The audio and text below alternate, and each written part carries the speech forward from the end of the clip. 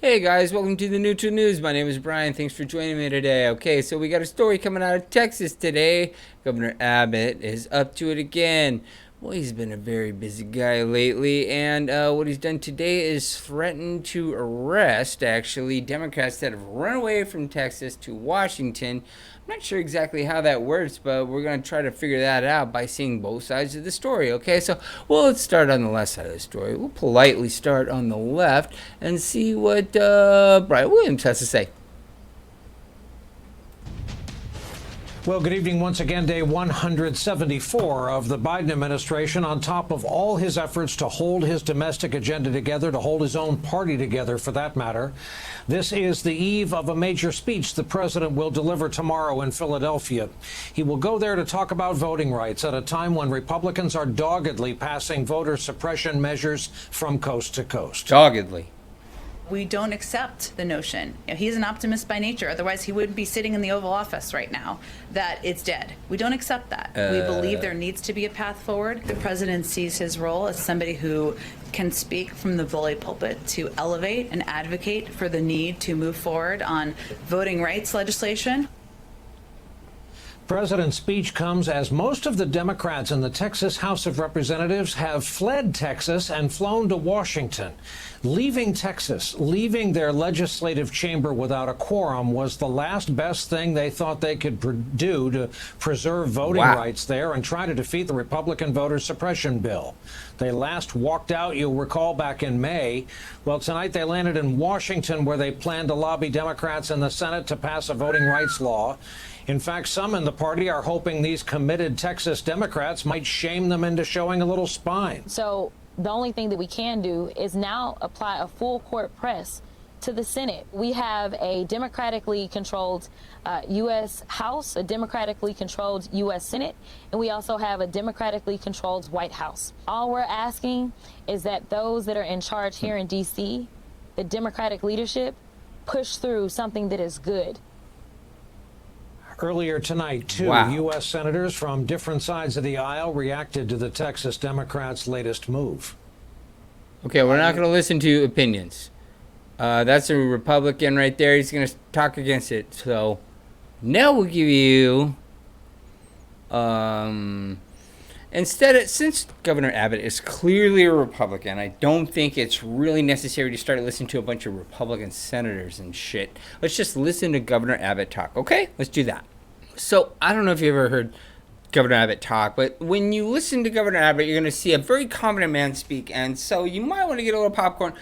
So I'm going to go get some popcorn now. Okay, I'll meet you back here in like 2 minutes. Okay, ready? Go! Okay, so. Okay, here we go. So I don't know if you know about Governor Abbott. This guy has really no fear. I mean, he was like a young man and an overachiever at the time, probably, and he met with a accident that left him in a wheelchair. So let me tell you something about Governor Abbott. He has no fear of anything. Obviously, House Democrats are in Washington, D.C. right now. They just landed a little time ago. If they run out the clock on some of your voting rights proposals, what options are you considering? Would you consider calling another special session? Of course. I mean, this is ridiculous what's taking place, because your viewers need to know that you are the taxpayers who are paying for this junket that they're taking for multiple weeks, perhaps, to Washington, D.C., or who knows where they may go to. But everyone needs to know that we have business to take care of. And it's so many different issues that are so important to the people of the greater San Antonio area. So, yes, I will be calling special session after special session. Well, obviously, House Democrats are in Washington, D.C. right now. They just landed a little time ago. If they run out the clock on some of your voting rights proposals, what options are you considering? Would you consider calling another special session? Of course. I mean, this is ridiculous what's taking place, because your viewers need to know that you are the taxpayers who are paying for this junket that they're taking for multiple weeks, perhaps, to Washington, D.C., or who knows where they may go to. But everyone needs to know that we have business to take care of. and is so many different issues that are so important to the people of the greater San Antonio area. So yes, I will be calling special session after special session after special session all the way up until election day of next year if I have to address issues that were actually asked of me by a state representative in San Antonio. Representative Min Jerez asked me to put on the special session foster care and adding additional money for the children in foster care, which I did do at her request. And now she leaves town and makes it impossible for us to vote out of the legislature right now the additional funding that the kids need in the foster care system. So I guess that's it, right? They ran away from their job. Can they do that? And he's threatened to arrest them. How's he going to do that? This is weird. Well, I say two things. First, the solution that's being provided is one that actually adds hours to voting. It doesn't subtract hours. It doesn't make voting more difficult. It actually adds more hours to voting in the state of Texas. And compare and contrast this with the state of Delaware, which happens to be the state where the president votes, where they have exactly 0 hours of early voting there. That said, now I will tell you who knows very well about the challenges of voter fraud in the state of Texas, and that is the Obama-Biden administration. I'll tell you 2 quick reasons why.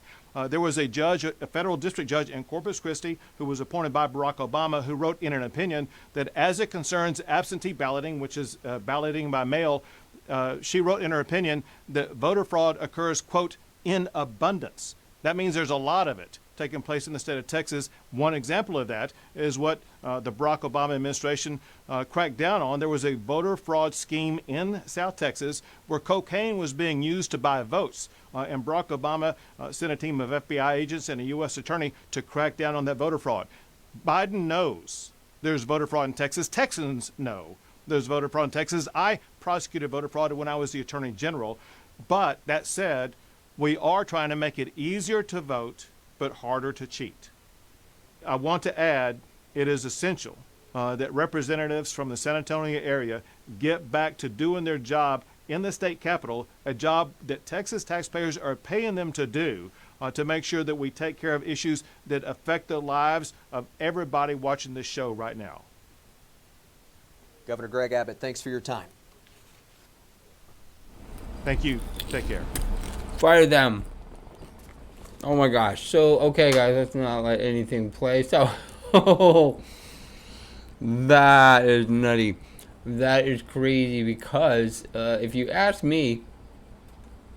Well, obviously, House Democrats are in Washington, D.C. Listen, the people of Texas are going to build that wall come hell or high water. Okay, you know, I know for a fact that $1 billion was raised by the taxpayers of Texas, and they're willing to do it. They're all about it. And now the government's like, no, you can't put it on our land, and the taxpayers are like, fine, we'll put it on private land. So, guys, you're not going to be able to stop America. You know, you can throw in your president, you can flood the border, you can do this, you can do that. You know, it can all be undone very easily. That was shown to us 5 years ago. It was all undone. Everything that had been just destroyed over a 30-year period was just fixed, almost just like that. And now it's like they took all of the Trump switches or just and shut them all down at the same time, and all the Obama switches, they just turned them on at the same time, and America just went.